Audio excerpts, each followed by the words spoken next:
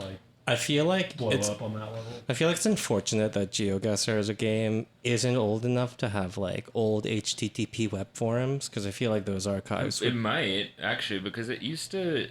I mean, real ones remember before it got all reformatted to be kind of fancy. Real ones remember GeoWizard, who's still out there making videos, but that was a guy who would like make videos of him guessing things and it wouldn't be as insane, and he would actually like try to apply some sort of geographical knowledge and be like, oh, this like looks like it's this language, it looks like, you know, it's sort of like has this kind of vibe or whatever, or like try to think about cultures. He wouldn't be like, oh, well, this pole is like angled at 34 degrees and that happens in Cambodia, which is Well, I was gonna just say, gamer culture. It's not even doesn't even have to do with geography. Right. I feel like the GeoGuessr min-maxing is taking place on like Discord servers now, instead of like the old school like, you know, forum reply with your signature, your GeoGuessr signature, you know. Back in the day, we used to do Let's Plays, but just with screenshots of Google Maps. We didn't even have the bandwidth to upload videos. You know, you would just print out. It would be like how you'd print out directions from MapQuest and take them into the car with you. It's Alex!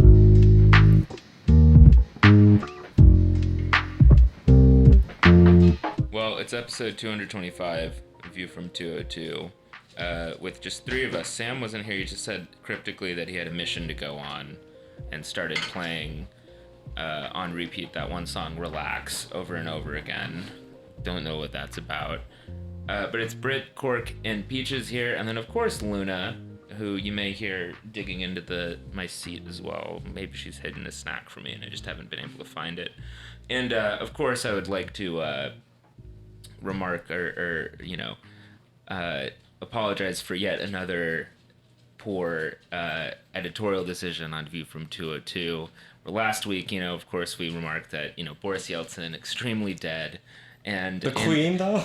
Well, Still Mikhail alive. Gorbachev then proceeded to die literally in between the part where we edited last week's episode and released it, which was just, you know, excellent timing. Thank you, Premier or President Gorbachev, whatever. You may have caused the, you know, highest spike in or decline in quality of life in the 20th or second half of the 20th century, but you made a great bit for View from 202, so it comes out in the wash. And I'm actually kicking myself because I think if we recorded yesterday, there's a solid chance that I just sort of incidentally made a joke about the Queen, and then the timing would have been fucking amazing this week. So I really fumbled the bag on this one. Well, we have to say someone else is alive, so by the time that this gets released tomorrow, that person is inevitably... Yeah, There is a solid chance we would have lingered over to a Rangers discussion because they were having such a shit week. Yeah. Even before today's events. So. Damn, it probably would have happened, and then, you know, the stars would have aligned, and... There's something Germanic with Tuchel getting fired, I guess. I was also really disappointed. I was really lined up to make a gag about, you know, just another case of jobs for the boys with the Football Association, where, like, you know, the president of the FA getting promoted to lead the country now. This is ridiculous.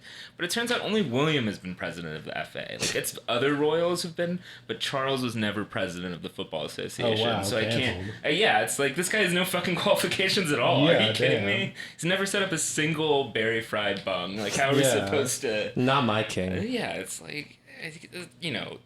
used to be a proper country. If he can't even set up cones, how is he going to set up a country? Right. Now, Prince William, that's someone who's set up a few fucking cones in his time, you can tell. So, yeah, sorry for yet another bit of incorrect international news on View from 202. But We forgot to change the avatar on the Twitter account to black. So we'll get on that before this episode gets released. For Gorbachev, of course. Yeah, exactly. yeah. But this week... we put out just a, like, completely, just, you know... We are sad to hear about the passing. Yeah, our thoughts are with her family. I don't know if Celtic tweeted ever or changed their logo or whatever, but they did put something on their website it was notable that that's all it said was like her family. Like, Liverpool too. sorry about your family. Yeah, exactly. Nothing about the country or anything like that. TLDR, that sucks. Yeah. But anyway, it was a mixed week for the New York Red Bulls. 2 matches, went up to Montreal and hey, punched them in the teeth up there. 1-0 win, and then came home and dropped a 2-0 loss to the Philadelphia Union. In what I think is our first loss in what 5 or 6 games.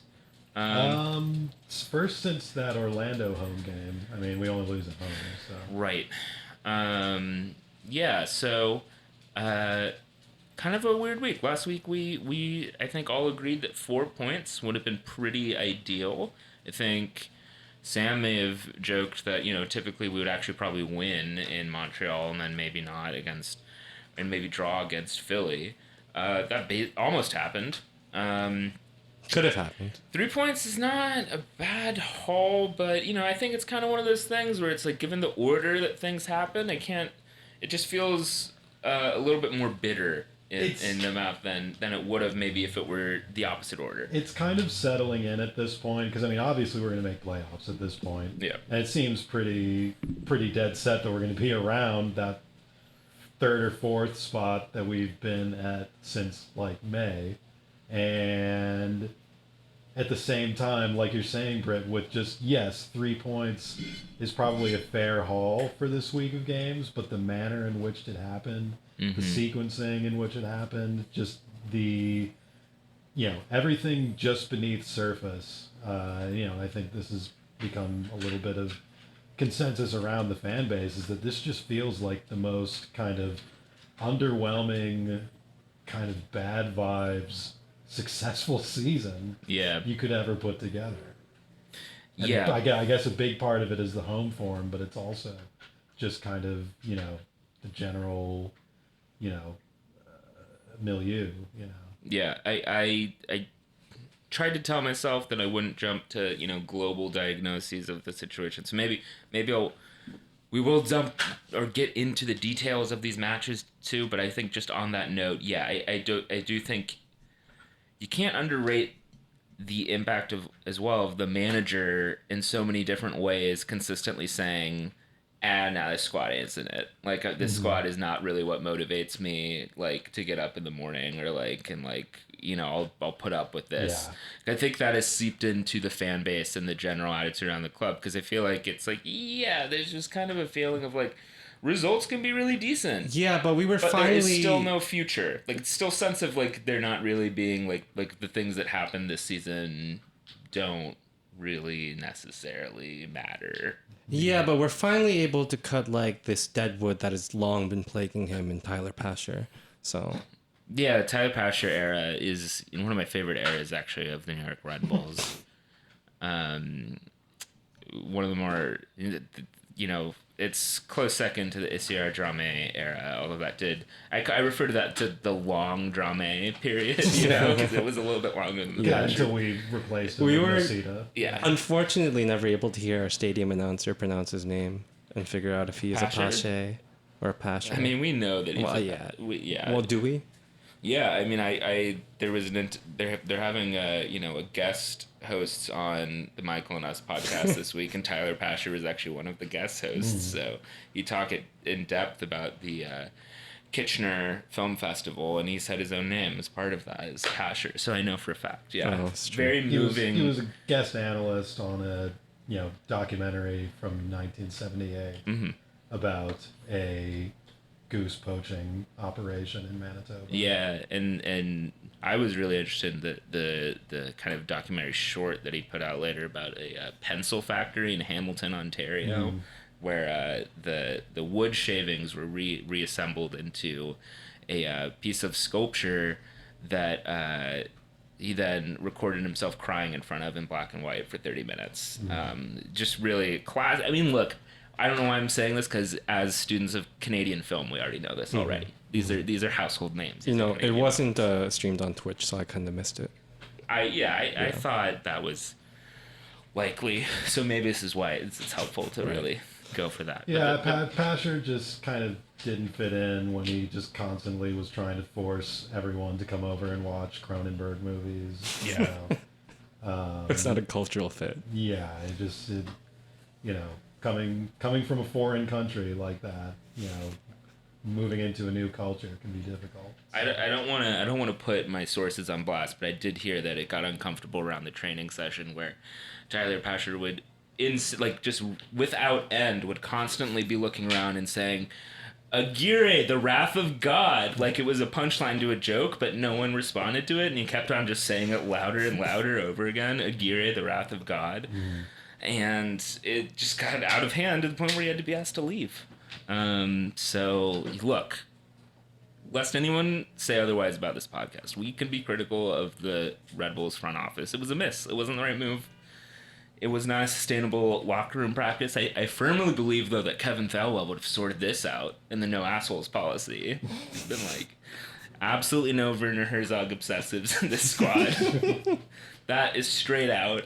Except the manager who, we've not seen in the same room at the same time. That gets a pass because, it's orders from up top. But yeah, the Pasher era is over. That it's an end of an error, and now we can go on to winning games. Winning games that don't matter in the grand scheme of things. Yeah, because it's, I'm having my moments, where after a 1-0 win in Montreal, where the team plays pretty well, or well enough, and is composed and mature enough to nick a quality goal, stake him back against a really good team in Montreal that's played really well and played as a unit, and it's moments after that where I'm think again to after the Orlando game, or that just horrible month of results, and the insinuation, or more than insinuation, just the comments saying that this squad isn't ready to compete, or you couldn't really expect this team to do better than a 5-1 loss to Orlando in a semifinal. I mean, it was kind of naive to think that. I'm I don't know. I think the team I just watched could have done better than that. Yeah.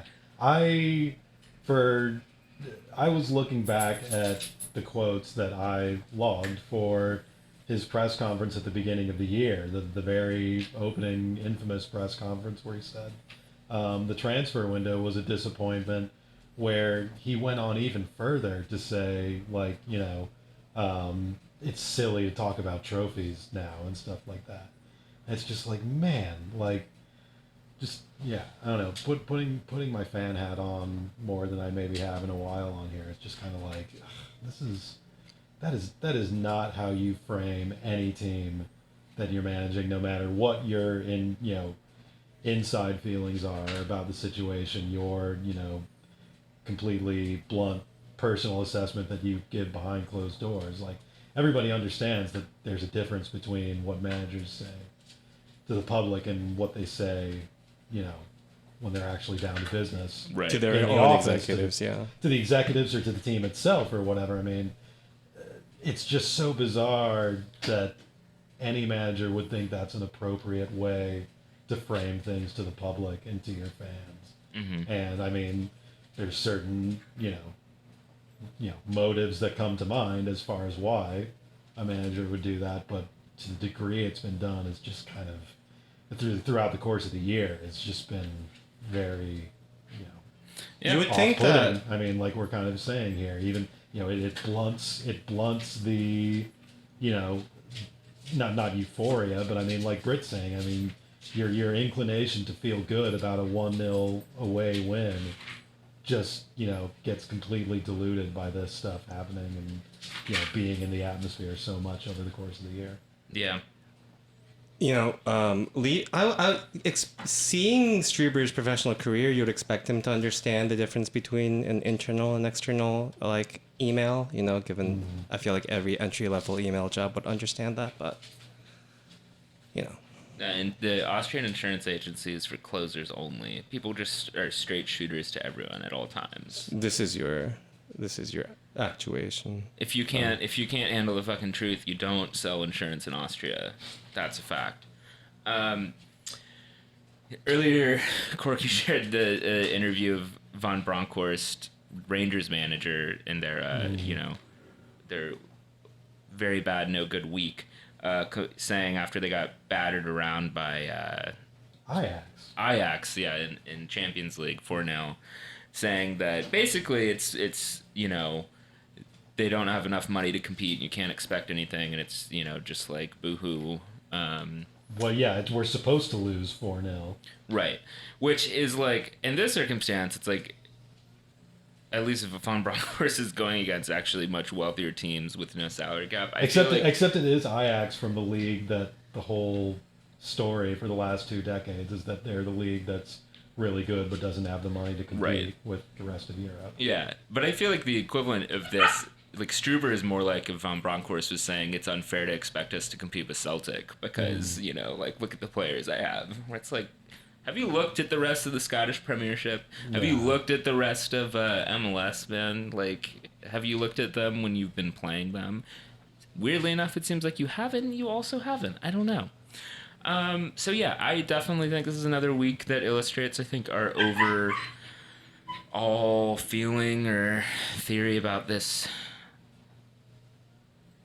era of the Red Bulls' squad. I do think that this has had a cumulative effect on how fans and players even might feel about this. But let's dig into the games themselves, because I think, there's some material to chew on here. I think Patrick Klumal, it seems like, is hurt. And he didn't play. He didn't start either of these games. He didn't play any minutes in either of the games, right? And it sounds like he's probably going to be out of the next one. Or questionable. Same with Amaya. Yeah. Which, I mean, apparently he's been hurt. This maybe just tying into that last overall point again, I feel like it also is frustrating that apparently it doesn't really, we never hear about these injuries until weeks after the fact. This is something I was complaining about last year too, which I think also sort of meshes with the overall feeling or communication that like everything doesn't really matter, just ambivalence, where it's like, like why do you care if key players are hurt? All of them kind of. Klimala missed both games last week after he wasn't mentioned in the injury report that went out even a couple hours before the game. Yeah. Struber didn't bring him up in the midweek press conference, but supposedly it was an injury that came up during the Miami game the week before. So, yeah, not. Yeah, what is the point of those injury reports? Yeah, it doesn't. Yeah, I don't know. It doesn't paint a picture. There's not any standard to them. There's no page, and that it being it doesn't paint a picture of it being a super obvious injury like it ended up being phrased as after the fact. Right. Same with Amaya. He probably thinks he's doing a Belichick or something, where he's like, oh, I'm going to adjust. Well, I don't know. He's probably not even thinking he's adjusting to the American sports thing because it seems to fit his character. He's like, maybe he thinks he's going to be throwing off the opposing manager by not knowing what who's going to be healthy and who's not, and he doesn't want to tip his hand by giving the injury report. It's a classic, thing where it's like, the best way to confuse your enemy and not give away what your plan is to not even know what your plan is in the first place either. So that's been going on perfectly. We really should just introduce this man to American football somehow. Yeah. But Daniel Alderman continued to play. He played both the matches this week. And in midweek against Montreal, he played with CCJ. And Omir Fernandez gets to start alongside Lucanius and Lewis Morgan with Elias Manuel leading up front. Manuel, of course, gets taken out at, survey says, 55th minute. Automatic sub. Gerhard actually just schedules it. It's like scheduled tweets. I would have gone over. I would have said 60 even, but Nah, it's 55th minute. No, I know. Ink it, done. Yeah. It's hard-coded. He set this setting back in April, and he doesn't know how to change it. So, he even looked good, too. Yeah. Elias? Yeah. Yeah. But, maybe I guess it's is it a fitness thing? I don't know. But we played with 4 in the back at this game. Harper played at least for 70 minutes. Dylan Nealis, rather, played on the left, actually, to start. And we had Andres Reyes and Sean Nealis as the center backs. Was Aaron Long just rested for rotation this week? Struber had a little bit of a thing today at the press conference where he said, I guess he was asked about Long, to be fair, but I mean, it was saying that, they're still worried about his injury from last year, and they're still managing his minutes based off that and based off him having extra games this year through national team and the All-Star game and stuff like that. But I don't know. As we've discussed, I don't know if it's been on the show, but it just kind of flies in the face of not only general kind of elite pro soccer logic, but also Struber's own statements a couple times over the course of the year, where he said players should be able to go twice a week. Apparently, a center back is a risk to play, a full 90 minutes instead of 70 in some games. Yeah. Is a risk to play 2 games in some week or 1 week. I mean, it's just kind of everything seems to be kind of non-binding, but yeah, I mean, I guess every minute you're on the pitch, you have a chance of stepping wrong and overextending and tearing your Achilles. But you also have a chance of doing that when you're just running off the field and getting a Jones fracture, like Andres Reyes, who did it in the offseason while just staying in shape. So I was going to say, this week is kind of one of those finally makes me question the load management because we finally have injuries, but, that's not a good thing. I'm trying not to be so judgmental, but I mean, it really is just like, I get it's a big year for Long. He wants to be in the World Cup and all that, and that's fine. But like, I've never heard of a player get an injury, even a bad injury like Long had, come back and play like 6 months of competitive games and look fine and still be treated like they're in bubble wrap. Mm-hmm. It's not even like it's been a chronic career long thing. I mean, he just, he had a bad injury last year, but it looks like he came back from it pretty quick and pretty well. So I don't know why we're still acting like he is some, three-legged dog. Like, yeah. And is this the last year of his contract as well? Yeah. He's going to be Great. a free agent. Right. Right. It's weird because we don't seem to treat anyone like a human on the team. Like, everyone just kind of feels like an asset in a way. And I don't know. We don't. Yeah. We've said on this podcast as much about how there's this kind of like weird, something inorganic, I feel like, almost about the team right now and the way that it's set up. Yeah. Well, credit where credit's due. We did play well on Wednesday. We handled Montreal pretty well, I think. Edelman has continued to impress. And, hey, lo and behold, Andres Reyes, really good center back. Sean Nealis has been getting consistent minutes because, he's uniquely able to play 90 minutes a match. Most guys are not. And, hey, Dylan Nealis held his own at left back pretty well. I would say Luke Kenius, I'm just jumping into my opinions here rather than describing the game. Luke Kenius, I think, still has not had, or was not able to, like, fully integrate in the team or kind of click in the way he was maybe in the first couple weeks. But I think it was nice to see him back on the pitch.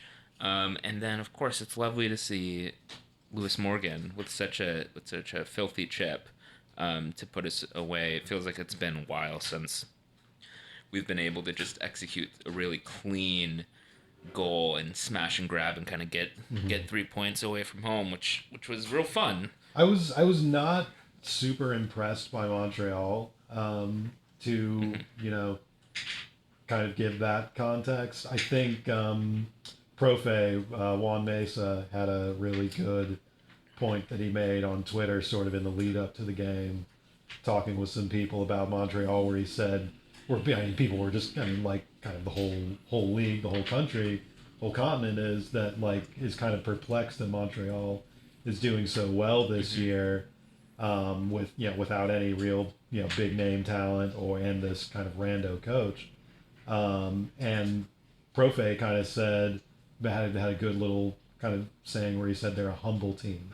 They play within themselves and they don't try and do anything stupid, and that's good enough to rack up wins against most of this league throughout a year when you just know what you're about and stick to that. But then, yeah, when you face a team that plays well on the day, you don't really have any answers. Right. And that's what I was kind of seeing from this Montreal team.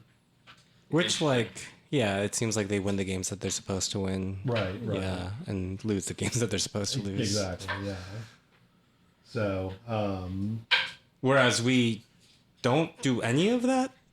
yeah. I mean, I will say that I watched a couple of their games from earlier in the year, especially when Mihailovic was getting a lot of his hype, and he looked like really good in those games, whereas in this game he was like, I think he was playing more of kind of like a wing role and looked pretty pedestrian compared to what he seemed to be doing at the early part of the year. I mean, I think it's interesting that you mentioned that it's a team that like sticks to what it knows and like does what it's good at, because I think it reoccurs when we eventually play Philly, and I think they kind of stick to what they know. Right. I mean, that's the same kind of team, exactly, Right. on a higher level, obviously. Yeah, and then obviously over the course of that game, that changes for a team with quality like Philly compared to Montreal, who just don't seem like they're a cut like us, which goes against again for that like argument that we don't have a bad team. Like our squad's obviously better than someone like Montreal, but Montreal are doing well because they're winning where they should be, whereas we're doing like well, but I think we collectively don't agree that it's not living up to where we would expect the quality. I mean, our that we bar have. is Philly, not Montreal. Yeah, exactly. Yeah, Right. At this point, in this season at least. It is. It's I'm definitely not always- City anymore. I'm always surprised to see that Samuel Piette guy hanging around with Montreal. He's fine as a player, but he's just like always. I've always kind of just assumed MLS is going to catch up with him for a while, because it always Right. just feels too good to be true that they're like, oh yeah, we just have like a local random domestic French-Canadian guy who can hang in our squad. Who was the guy before that? Crepeau. Or Bernier. No. Bernier, yeah. Bernier was like at his peak pretty decent actually, and like But especially he like for the started era. like the lower league before too, right? With Yeah, them? he might have. Yeah, he was with them in USL. I feel like the Anglo-Canadian version of it was Terry Dunfield, who was like hopping around between Vancouver and Toronto and maybe Montreal too. But ultimately, Terry Dunfield just wasn't that good. He didn't Right. stick on his squad. Well, yeah, Piette's I been mean, starting. it's changed the last few years with this generation that they've obviously went to the World Cup too. But like, yeah, it used to be that Canadians were artificially in the league from outside of like Di Rosario and like a couple other guys who were pretty decent. A lot of them were pretty trash. But you like there's like. I forgot what I was going to say, so go along and I'll Piette. remember in 5 Yeah, no minutes. Yeah, well, I was gonna say Piette. Like, I'd rather have a player like Piette because Toronto's version of that's like Jonathan Osorio, right? I guess. Yeah, well, or maybe What I was going to say was just a quick sidebar about Crepeau, who I just brought up a minute ago, who, like, it made no sense to me. It feels like it's died off, thankfully, for my sanity, but there's this, like, discourse earlier in this season, I want to say, where everybody was just like, oh, yeah, it's consensus that Maxime Crepeau is the best goalkeeper in MLS, like, according to the stats and the experts and everything. I'm like, what? oh yeah. And I'm like, if he's that good, why has he been passed around on like 6 different teams in the last few years, and it's like not even on one of the Canadian teams where it's like such Right. a valuable asset to have one of the top Canadian players. Yeah. If he's that good. But anyway, it sounds like people have stopped fucking talking like that, for whatever reason. So Yeah. long may it continue. Who was where? Where is that guy anywhere right now? He's Is on it LAFC, still? I think. Now. All right. Yeah. Yeah. It is also just kind of funny because I feel like that was one And I of those feel like guys. he lost the start. Yeah, I was gonna say he's not starting for them anymore. Well, I feel like right? he first made a name when he usurped some starter in Montreal or something, or maybe Evan Bush. yeah, I or think Evan something, Bush is still on Montreal. Yeah. or he maybe it was because of an injury, but he usurped somebody, and then like it was like an established pro, and I feel like the Montreal or the Canadian teams, all 3 of them, I feel like have had like a couple of like random but like once very respected MLS goalkeepers come through who then end up losing their job. Or like there'd be periods where like Alex Bono was really respected for a while, and then all of a sudden it was like, oh, now he can't get a starting job. And it's just kind of funny to be It's like to David imagine Ousted. being at a club like that where like you kind of do have just positional battles or the guys fighting for the goalkeeper job, because we have not had that in like 12 years, you know, like or I guess really more 10, because like we had Robles who stuck around forever, and then we had our weird little Jensen moment. But the second we got Cornell, it was like, Yeah. oh yeah, Carlos Cornell was the first choice goalkeeper. Even the post Buna Kundul fallout, where the goalkeeping position was like a mess during the Baca years. It wasn't even like a set competition thing. Like we came into the preseason with A starting two team. guys at the same level, kind of going at it. It was just Right. a bunch of kind of like name guys being brought in and fucking up one after the other. Right. Like like you're saying, it wasn't like a true kind of like, oh, we're gonna have a We're gonna get someone to goalkeeping compete with competition. Frank Yeah. Rost. Yeah. So. One of my Kevin Hartman jersey is gonna arrive one day, but Kevin Hartman really looks like he would be in the back of a Sopranos scene, just like walking around shopping at Fountains of Wayne. Yeah, but anyway, my totally Philistine like basic dumb analysis of our tactics the last couple matches is that I feel like we have been doing something very similar with our two sort of central holding midfielders. Our central idea and shape is the same, but it really just feels like Gerhard Struber was like, oh, if you guys want to actually play guys in on the run, you can do that now. And we just started doing that. We just started creating a little couple more bit. goals. Yeah, I mean, Struber had a comment in the press conference before the Montreal game where he was saying that part of their, kind of tack they're taking on trying to get Luquinhas going again is trying to get him to play more through balls and not play square so much. And yeah, it's kind of a thing where like, wait, they're allowed to not play square? They're allowed to play 1-2 combos instead of just switching to the fullback as soon as they get the ball, or trying to hit Klamala in the air where he can't win anything.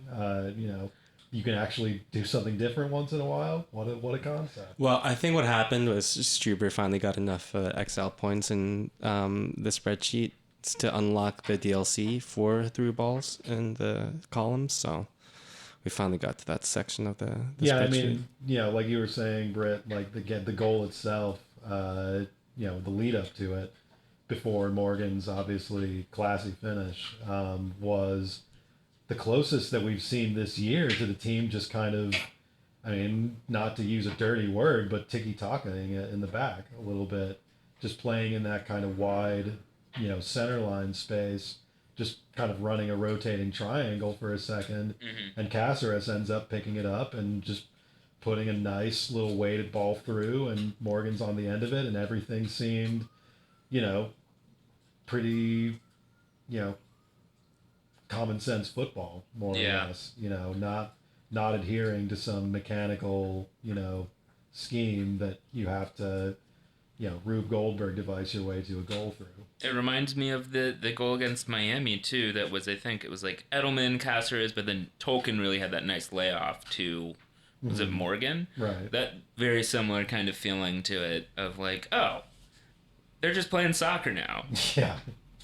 I feel like there's something to this, like, like the coaching staff or the master tactician on the coaching staff really likes to try to manipulate the thought of like whatever's going on here. But even then, it's just like, if we're playing naturally and fast enough, it doesn't matter. Like, I feel like all the way that we have our buildup is designed to create like an unpredictable overload or some kind of like rhythmic change to offset our opponent. But if we just kind of play fluidly and naturally, we play fast enough to kind of break those lines anyway, right? And that's kind of what happened on this. And well, and what's bizarre about it too is that, and maybe to his credit, he's come to it in a roundabout way, but maybe we are finally reaching the final stage of his plan of the Struber or ball, whatever. But I mean, seriously, I mean, when Ross and I wrote up Struber when he first got hired and looking into his his work in Europe and his teams in Europe, it seemed like that was the objective. That was how he wanted to play, was sort of mixing, extreme gegenpressing or whatnot, and then kind of playing a little bit more to feet once you get the ball, and playing, kind of short combinations and stuff like that. And for the first, 1.5 years of his tenure, I mean, honestly, though, the diamond formation in the early part of last year, you saw some of that. But then, yeah, for the last whatever year or so, I don't know if it's him just deciding, oh, my players suck, but, team has been playing some of the most, rudimentary Route 1 football that you've seen at this club, even in the, energy drink era.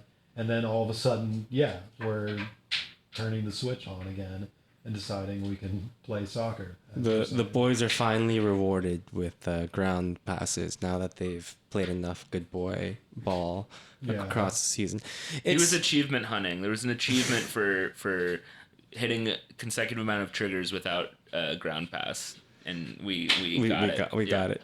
Yeah, but it's like it's so funny that you say that, because like I feel like we did that, and I said this before. We did this better in the beginning of the season, or like when we just got Luquinhas and Morgan and stuff like that, and guys are just kind of like playing their way in a way. It almost seems like we're systeming out the idea of, and I've said this before, chemistry, and it seems like the chemistry on this team has gotten worse and over the season.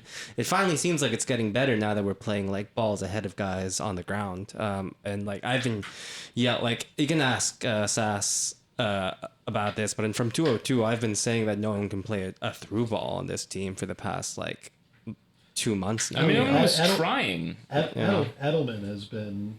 He might have been like good what unlocked catalyst, this for everyone. Yeah, for it a little bit, whether that was Struber's design or not, because I mean, it also could just. I mean, Edelman came into the team, or he's been in the team a little bit throughout the year, but started being a regular starter in the last month, more out of kind of the mess of injuries and suspensions going on with more senior central midfielders.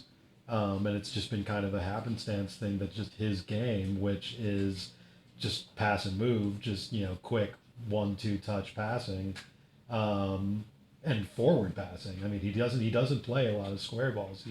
He finds a way to push it forward most of the time.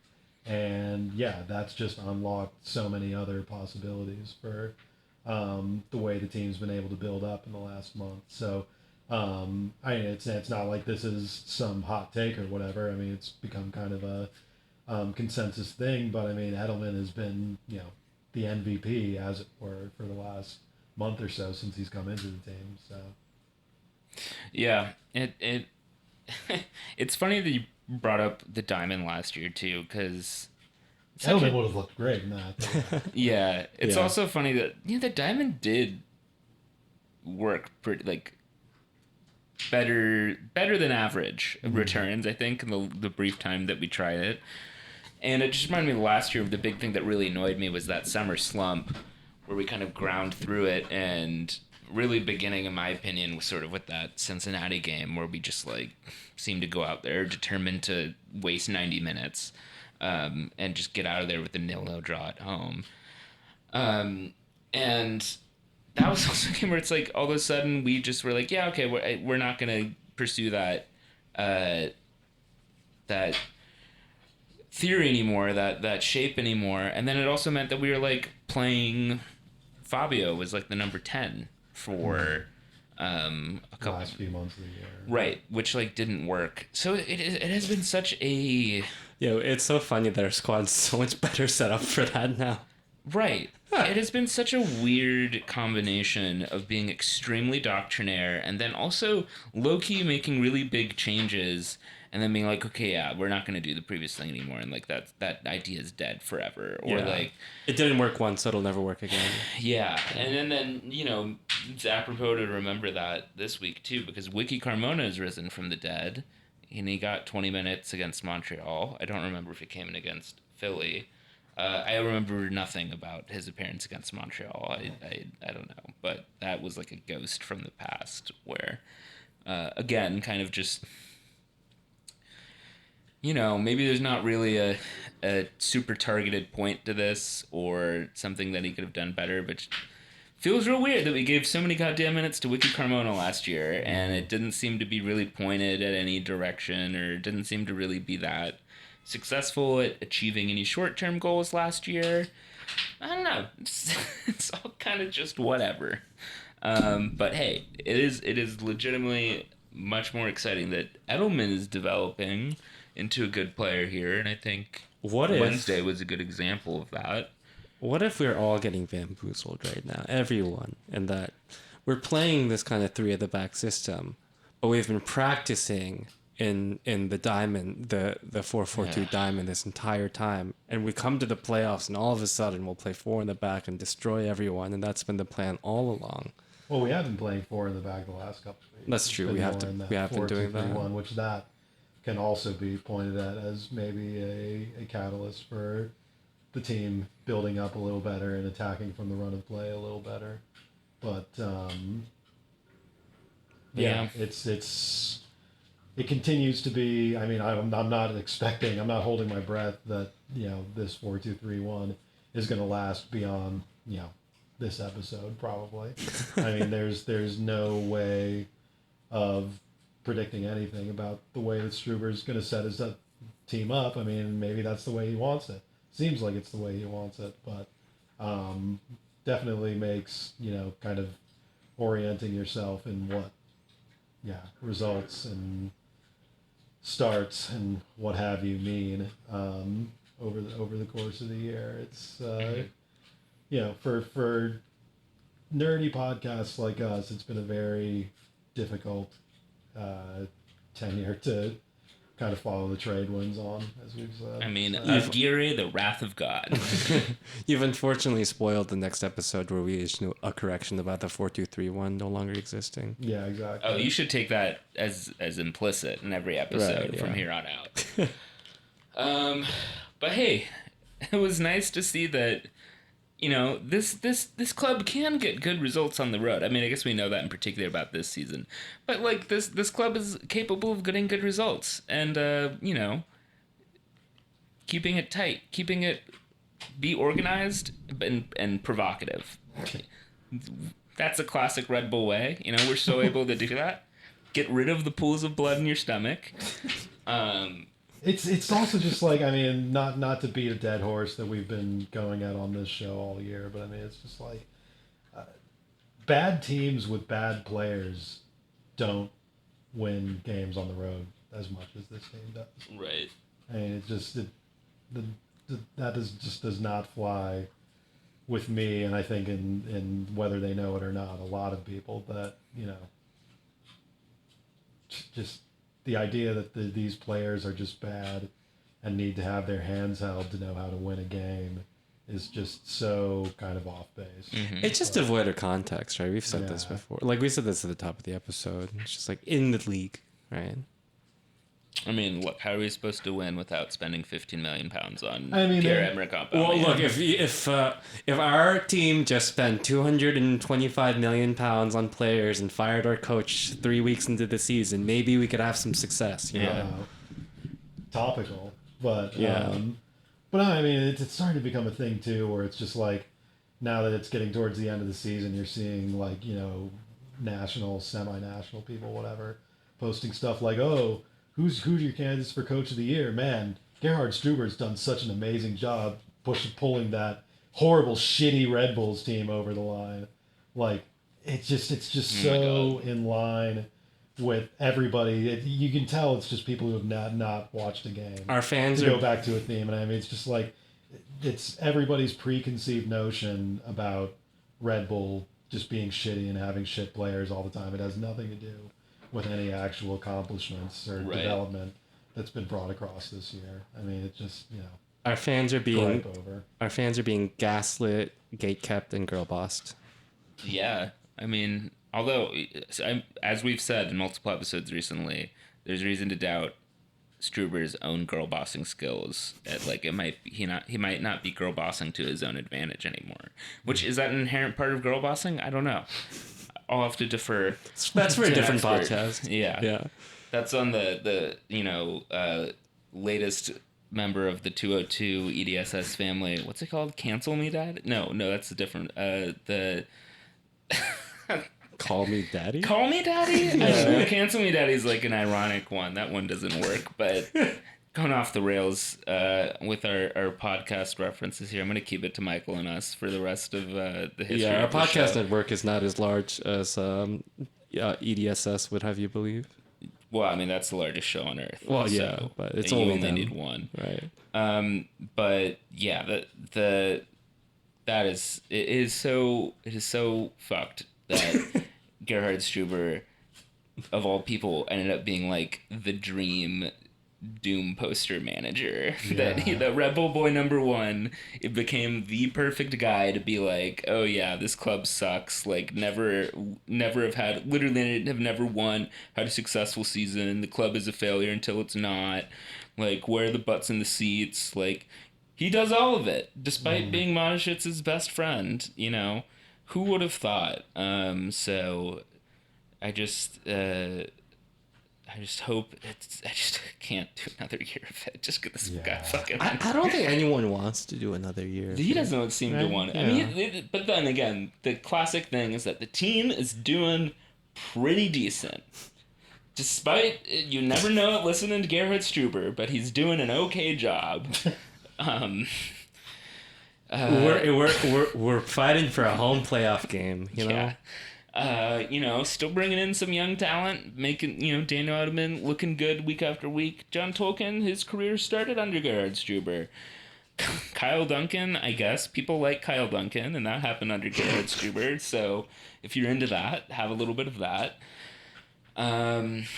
Lewis Morgan has scored, 15, 16 goals now in the year? That happened under Gerhard Struber. But he's lazy. Yeah. He needed to be hoisted up and embarrassed in front of a national It was also audience. funny because remember his welcome video before Gerhard Struber banned photography for being anti-Calvinist or whatever, idolatrous. He was like, they caught him on a mic being like, "I'm ready to press," to Struber, and Struber awkwardly didn't know what to do with his hands, and he was like, "Well, this isn't gonna work. How am I gonna blame you later if you're saying publicly that you're willing to press?" It was all there. It was all there in plain sight in front of us. The 45 minutes against Philadelphia, not bad. First 45. It was pretty solid. We couldn't get a goal out of it. We were playing pretty strong. I think it was 0-0 was probably a just result going into the half. Luquinhas looked really good in the first half, kind of proof in the pudding of what Struber was saying about how they're trying to adjust his game, which again, you wouldn't know it, but Struber is actually doing a good job and the team plays well. But, but also Daniel Edelman, I think, continued to show that strong presence in midfield because we were just winning every ball in that first half, and then we just kind of decided to stop doing that almost, it felt like, in the second half. But yeah, we were winning first balls, we were winning second balls, and then we were able to build attacks, and then we were playing balls ahead, and it was great. It really seemed, like we kind of maybe could have gotten one if we had weighted some things a little better, and we could have deserved one, but, obviously that's just not how the game continued to go. Yeah, and this one does hurt. I feel like we've had kind of a back and forth going about, how much do we actually dislike Philly, or how much of this does it actually hurt? And I'll say this one, one, it's the first time we've properly lost to them in 90 minutes in a bit. Right. And two, this one just did hurt a little bit more, I think, to just kind of get... This one felt like we eventually got outclassed by the end of the game by a better team. Philly's ability to kind of just hang in there and then be clinical when they need to be, reminded me of the Red Bulls of old. And we, I think, reminded me of the Union of old, which is this week that that realization was forced upon me more than it has been before, because the vast majority of recent matches against Philly have actually been 90-minute slugfests, where it's been a little bit ugly on both sides, and we're kind of just bloodying each other up. And we walked away, feeling that we're still mostly on par. But this one made it a little bit more painful to swallow that truth at the moment. But maybe it's a harsh reality that the club, or that we need to face in order to power through it. I don't know. I mean, it felt like we needed the depth that was injured in that game a little bit too. I think, but Philly also weren't fully healthy. No, right? I was going to say, they were they had a little rotating. bit of a rotated squad, which is ironic too, because it kind of, I put out a little bit of a tweet thread after the game, just sort of, pulse checking the whole, kind of soft rivalry between the two clubs that's developed in recent years, and saying, just exactly what I felt from what I saw on the field. And both in this game and the last few games between these two teams, and just Philly over the last couple of years, is that Philly doesn't have better players than us. No. You can't. They still had like Alejandro Bedoya. They Bedoya. still have 43-year-old Alejandro Bedoya getting significant minutes. They have this freaking Ura guy who scored on us, who's just some rando Scandinavian guy who was one of their big DP signings this year. They are not you know, beating us in like an arms race. They're not, just adding all these weapons constantly. Jim Curtin said, you know, during the week, which I thought, Jim Curtin says a lot of stuff that makes sense when he's not talking about crowd shit, where he said, you know, yes, his team has good players and stuff like that, but he was crediting his sports science staff by saying the fact that we can keep these guys on the field and can keep the same group of guys playing together week in, week out is what sets its team apart. And it just, struck me as such an important microcosm, but a microcosm of just the general difference between Philly and Red Bulls right now, where they are so much further along on a project that they committed to, and a core of players who they've committed to, and a coach who they've committed to, than the Red Bulls obviously are right now. And some of that is just pure timing. Philly started their rebuild under Tanner, in 2018. We didn't, start to adjust with, Thelwell coming in and moving Armas out and everything until 2020. But then also, when you look at the state of the Red Bulls right now, it's hard to say that they're still on track to get to where Philly is in a couple years. There's so many more question marks, with obviously Struber being the main one. Where do we really think that this team is going to continue on this track? Do we really think that, Struber's going to stick around and if he does, he's not going to clear out half of this roster that he puts in the doghouse every other month? Just does not seem like. This speaks to even weeks when we're not playing Philly. We talk about this a lot. It just seems like whatever reassuring plan had been in place over 2020 and 2021 has gone a bit off the rails this year, even as the results have, kept par a little bit. Schneider's introduction last month was a bit reassuring on that end, but that also is a little bit part of why it was reassuring was that it felt like another reset button had been hit, and how much longer are we going to have to wait to be behind Philly and actually have a cohesive project in place? Mm-hmm. Maybe we have that cohesive project now, and it just needs a little bit of fine tuning, and we'll be all right. And Struber's going to stick around for 3 more years, and everybody's going to hold hands, and it's going to be great. I am not optimistic that that's going to be the case. So yeah, just sort of a, state of the two clubs is pretty clearly in Philadelphia's favor. but it's not for any of the reasons that, more drive-by observers would probably give you. I'm just going to be mostly annoyed at the amount of thinking I would have to do if Struber ended up being like a decades-long like club steward here and just, man. San Jose. Almeida or Paunovic, I mean, Yeah. like, are the two kind of prototypes Well, for me. I know at least Struber probably slept very well on Saturday, because looking at the first goal, where Philly combines neatly and but is still very vertical in transition and moving up the field. But then Jack McGlynn looks up and he just sees somebody making a run and decides to pass to them on the run just on a whim. And Struber knows that Jim Curtin will obviously bench McGlynn for 2 weeks now, because that's not fucking soccer. You don't fucking just like do whatever looks like it makes sense in the moment.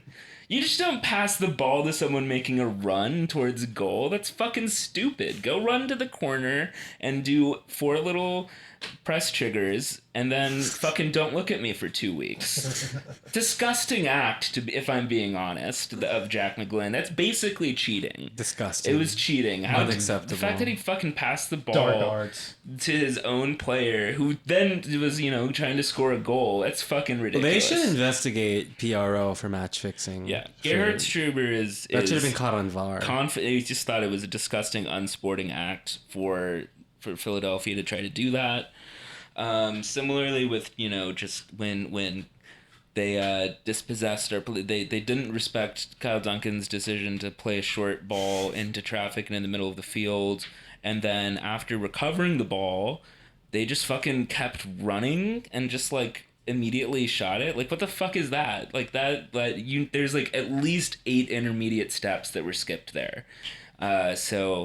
They forgot to pass it out to their wing back, and then back to their Yeah. keeper, and then back to their center back, and then to the other center back before they could start. And then the transition. intentionally lose possession and regain possession and do it twice over before you even think about getting to the final third. And then you play a long And ball the final over. third, we That's don't awful. even know what to do in the final third yet, because you guys aren't ready for the final third yet. All right, master the first 2/3 of the pitch, and then I will deign to teach you about the final third. I mean, but don't do whatever you assume you should do in the final third, or else I'm going to bench Well, you. the documentary film making is very familiar with our team, so they've seen Jiro Dreams of Sushi. They know they have to wash the rice for 10 years Yes. before they get to handle the fish. Exactly. I mean, I think you guys are overthinking it a little bit. I mean, when you look at these two teams and the amount of talent that they brought in, you see one team with just absolute trash USL level strikers, and then you see another team with Corey Burke. Yeah. I mean, how can you even compete? I mean, imagine, like, just even if this squad had somebody as good as, say, Joseph Martinez on the squad, and just, like, let him cook and do his work. Yeah. You know? Like, imagine, like, if Red Bull cared enough to have that. Surely we'd be doing better, right? I will say the save that Andre Blake made on us was a very classy save. It was a good save. Yeah. And then I'm not You had gonna... a really good game, and we should have had a goal or two. Yeah. I'm not, I just... It was a good save, but I just wish that on our own home broadcast that our players could be the main characters instead of the opposing characters being the main characters. And This is what happens when there's a man on the tracks for the C train and you can't get to the game. You have to go and watch I know. I mean, although I probably would have been more annoyed if I did go and then watched a half, just because I would have probably gotten there for the... Yeah, I don't know. But it's your fault for having a man be on the tracks on the A line. It was actually divine intervention, a minor divine intervention to keep me from coming to the game. And then, I guess to end this game, there's the Drew Yearwood incident, which honestly I think is pretty boring. Drew kicked the ball into the fans, accidentally hit someone, was immediately remorseful. Think it was a shame that, I mean, like, he went in... It's a shame that he got a yellow card for going into the stands, because, like, yeah, like, that wasn't... But, like, to the point, it's, like, he was clearly remorseful. I don't really have any... I mean, he wasn't intentionally kicking it into the stands either. Right. Like, he was trying to kick it into Like, the... I don't bad really line. have I don't any- I don't even believe in like haggling over it, or like that it's something that like says anything about any other event or anything about Yes. the culture of the club or Drew Yearwood or anything. I mean, it's just a really unfortunate thing that nobody set out to have happen. I'm ultimately- just not something. I that think you it can says watch. something about our youth when someone has done something wrong and is coming to you remorseful and asking for forgiveness. What? Oh, I'm just saying that you shouldn't have put a scarf on Drew Yearwood. Oh, that was weird. That was bizarre. And I don't really have any interest in indulging the Right. moment too much. Yeah, like- Because the really thing is that ultimately this kind of thing just kind of, I don't find that compelling as a story. And the weirdest thing about it is that when something like this happens, it just like a certain kind of person gets really obsessed with it. And it's like the same kind of energy as people who get really obsessed with like minor, like stories of like rudeness or like impropriety on the internet and start foaming at the mouth, and it's just a very odd phenomenon. And then also like to be like, not to say that it's all of it, but there's definitely clear like aspect if you looked at like the tweets and stuff where some people are just like professional like full-time weirdo right-wing like accounts who are making hay out of it. And I don't mean like people who are just like also racist, but I mean like the accounts where like you go to their profile and like the theme of the account is like I am racist. Like that was like a solid chunk of it where it's like, yeah, I'm not going to indulge this. I don't want to indulge this story like it's like a severe like a serious thing we have to like hand wring and take seriously. Like Drew was obviously remorseful. He didn't mean to do it. 1 match suspension is like fine. Disciplinary committee agrees. Obviously wasn't intentional. It's fine. We move on. Don't doubt for a second, never doubted for a second that Drew didn't mean to do that and was remorseful. And if you're obsessed with this with this incident, I think you're a little weird. Also, if you're sitting there, aren't you kind of like hoping to get hit by a ball, right? Like in a way, I don't it's even more of a think- feature, it's not a bug. We don't even need to get into a debate. It's been debated No, I'm just ridiculously. kidding. I mean, well, it's not. It's just It's like, such a- it's like you're at a baseball game, a foul ball comes your way. It's a nice thing, you know? I feel like you can get that fixed for cheaper or easier if you really want to get hit in the head with the ball, you know? Like, I feel like there's a better way to fix I don't feel like being glib about it or being serious about it. I mean, it's just not. It's not worth the discussion. It's really not. So. But that doesn't mean Drew will be out of the lineup for the next match against New England.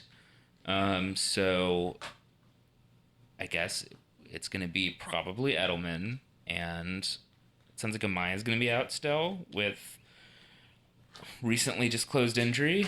And then that leaves, I think, Caceres as the only healthy option next to him, or is there someone else I'm forgetting? Wiki Carmona, maybe in a shock return to the midfield. Potential for another interesting lineup. I was going to say telling, but nothing is really telling, is it? Has Hassan Dam ever played central Jesus midfield? Christ. Don't talk to me about that. But yeah, any expectations for Saturday against New England? New England's been having a tough time this year. Not going But good. Dropping a lot of points from winning positions. They're going to be pretty desperate this game. Yeah. This is basically their big crucible for making the playoffs. Oh, we're going to attack the South Ward the first half. I know it. It's always in New England. They always do that. Yeah, just- Bruce knows. We just got to win the coin flip. We just got to have the will to win. Jay Heaps even knew. Like, this is a long time New England tradition. It's bullshit. We're also down to four games for the rest of the season. Oof. It's been a long one. Yeah. We still have. Yeah, we're pretty much hemmed in at third place here. We're basically battling third for NYCFC. So when What's we play them the second? week Yeah, I was after- going to say. Montreal has 52 points, has 5 points up on us with a game in hand. So they would have to lose 3 of their 5 remaining games, I think, right? In order for us to How many points ahead are they? 5 With a points game in ahead hand. with a game in yeah. hand. Yeah, they would have to drop, I think, 3 of 5 or something like It's that. possible. Something like that. We But, could have you know, started a downward spiral for them. Maybe. I mean, are we gonna go? I mean, we did have a good run of form before this, so with New England City, Columbus, and Charlotte to close the year. It's definitely not impossible, but then again, I think it fits our theme still of weird feeling of not having too much to play for. I guess we're now in a sort of defensive posture when we're kind of defending third place. I still subscribe to it being important to finish higher in the standings in City. I like doing that, so that will matter to me. Well, I was gonna say I bought City tickets, kind of knowing now. I feel like that game's gonna be consequential. Yeah. I mean, because they've continued to have really bad form. Yeah. Which I just wish we could have contributed to that more. But either way, I mean, it kind of reminds me though when we're talking about Montreal, like our 1-0 win in Montreal kind of reminds me of maybe how City might have felt after winning 1-0 at RBA, where it's like, oh, lo and behold, if you just kind of create chances and turn chances up top, if you've got a decent striker up top, or somebody with a decent finish, he will convert one, and then if you keep it tight and organized, you can walk away with a 1-0 win on an away trip. Well, I've been on a lot. I feel like I've seen a lot of wins this year only because I've been on a lot of away games for this team. So, hopefully I can add another one at Yankee Stadium. It's always nice to win there. Do you have a preference, or do you have a theory or prediction for whether we might see a continuation of 4 or 5 at the back? Do you think we might get wide this game against New England? Do we have enough center backs to play 5 at the back anymore? Oh, I guess like Dylan Nealis and Sean Nealis play 2. Yeah, so is Reyes gonna be Questionable. fit? Right. So I'm assuming no. Yeah. So yeah, let's go 2 in the back then. Come on, right? It's looked better, at least from the attacking end. It's been a little dicey defending, but if you can get an early goal and control the game a little bit, 4 in the back, 4-2-3-1 has been lending itself to better kind of overall play as opposed to hitting certain arbitrary triggers instead of trying to win the game. So I prefer the latter strategy. So I think hopefully 4-2-3-1 continues to be the law. Yeah, I think I'm okay with that as long like the big problem before I think we just didn't have a 6, and I think Daniel Edelman has really stepped into he really. like, I mean, I've said in like recent episodes. I mean, he really. So many of our other central midfielders, even being quality players, are guys who don't really have a character or a role necessarily. Christian Cáceres being the most extreme example. Whereas Edelman, like, exactly what you're getting from him. You know exactly like how he's going to approach it when he gets the ball and stuff like that. And it just becomes something that makes the rest of the team so much more coherent to have a player like that in central midfield. So no, yeah, exactly. And I just wouldn't want to do that without him either. Right. So like if he's playing, let's do the 4-2-3-1. But if he's Right. not, let's do 3 in the back. I guess is what I'm getting at, because he really did unlock the ability for us to do that. And like looking ahead, I guess if we are continuing in a 4 in the back system, we should probably be looking at bolstering that position in the coming off season, right? Is to look for probably another defensive midfielder or something along those lines. Yeah. I don't know. New England actually beat City 3-0 last week. Good for them. I forgot, just to the point of City. It's a battle of like. yeah, this is like it's kind of like a weird inverse of the Philly rivalry, where it's always just kind of like a soft thing, where it's like, yeah, I guess we're supposed to hate each other, but actually, like, I don't know, it's just sort of like, I don't want to say like respect, but like we just kind of see, the Revs, like the Union, as just kind of like a nice little club. I mean, Right. It's not even like lads at Tottenham. It's just like they're cool. Like it's fine. They've been around. Yeah. Yeah. Like, they're not pretentious or anything. They're like historic. Especially with Bruce at the helm. Yeah. Maybe they're a bit West Ham vibes, like to the degree they have history. It's like so long ago and clearly not really relevant. I was gonna say like right? Aston Villa or something. Yeah, but their wide threats are Tommy McNamara and a guy named Noel Buck, 17 years old.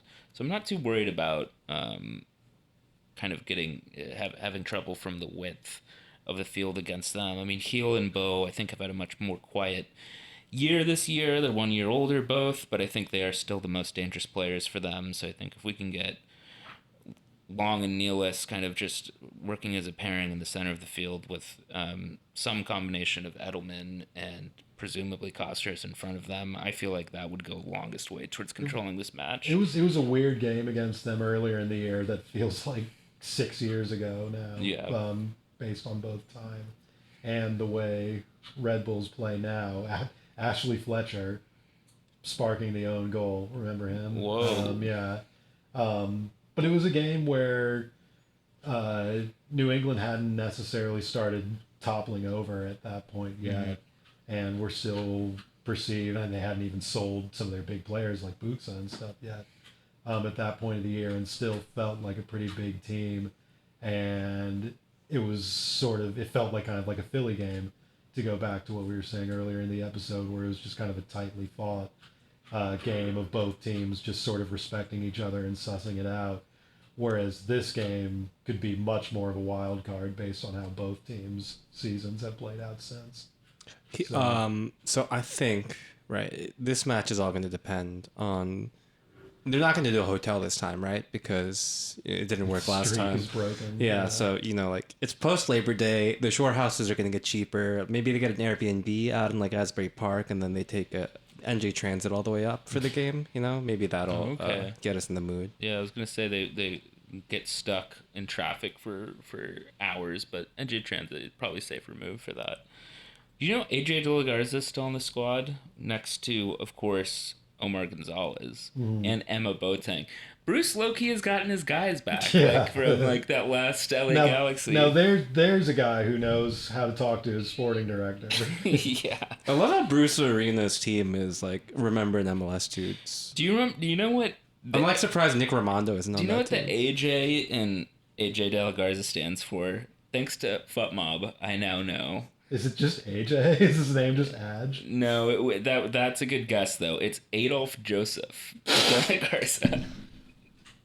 Good God. And De La Garza has no spaces. He's Guamean, isn't he? Yeah, I don't know the full story of that. That seems like a kind of thing where like people in Guam name their kids like people in Brazil, like Benito Mussolini. Yeah, right. Earl Edwards Jr., of course, is their backup quarterback, who I expect will be, off to race at Nashua right afterwards. So, or maybe we'll even do like a halftime demolition derby. Maybe they have some hot shit new Serbian keeper, I guess. Oh yeah, Jordi Petrovic. Yeah. Where's number 99? Ouch. I will say to the city of Harrison, if they wanted to host a monster truck rally at RBA, I'd go to that event. I was surprised how small you can actually, of arena you can do that in. Apparently they do it in MSG, which shocked me. Wow. I went to a monster truck show when I was a little kid, and it was in an arena. Yeah. So they could surely do one at RBA. If you're listening to this, Mark, post-show or monster truck show, Red Bull, I'm sure the field will be fine. It'll be exactly. Fine. Andrew Farrell was their starting center back last week. I mean, come on. Just like... Hey, he was their starting center back when they won the goddamn Shield last year. So it makes no sense, but Bruce is the mad scientist. So. Yeah. Matt Polster. Now that's a name you could hang your hat on. Anything else about this New England game? I think we should all expect a win at this point. I mean, but the home. What is the home form right now? I mean, it's at this point after. I mean, in the last month, lost to Philly and Orlando at home. Losing a game like this would feel like, and I mean, again, it's part of the paradox of this whole season where, on paper, it's been fine, but when you're actually watching it play out, you get much less assured. And I mean, racking up 3 home losses in a month, it's just like, what the fuck is going on? How many away home wins do we have? 3 total? We would literally be first in the league if it was only road games, and second to last in the league if it was only home games. Jesus. Wait, there's a worse home record than that? It's like DC or something. Yeah. Who we drew at. Yeah. Typically, it all makes sense. Yeah. But I I'm assuming. I mean, I don't know. Klimala probably won't play if he's listed as questionable. I don't know, but it'll be interesting to see Alias again. During the match, the New England match, I commented in the group chat, like, I don't know, he seems fine, but I don't know. I mean, the Philly match. Philly match, yeah. I don't know if I am seeing enough that will make them want to sign him up. And most people actually disagreed with me, said that he looked really good. I think maybe my comment was more just cynicism about our Struber's ability to just admit he likes a player. I would say that Manuel looked his age, but he's getting into good positions. He doesn't really quite have that composure yet. But He's quick. yeah, he's quick as fast. hell and strong, but yeah, like not. You can tell that he's kind of new to playing strike. Yeah. As Ross Haley's really excellent breakdown of him last month kind of laid out. So. But he's still making like intuitive runs for an attacker, so that's a good sign. But now that you've said that Klimala is questionable, I retract everything I said about formation. We're going to play a 4-4-2 diamond with Manuel and Klimala up top. I mean, hell, I can't rule it out. Can't rule it out. Although we don't really have the shuttlers right now to do it, right? Because with Drew suspended, That would and Frankie require- hurt. That would require putting Caden Clark on the field. Oh shit!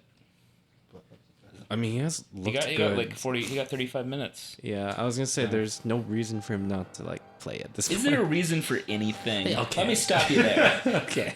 There's so many reasons that there are none. Anything On else? that note. Yeah. Till then.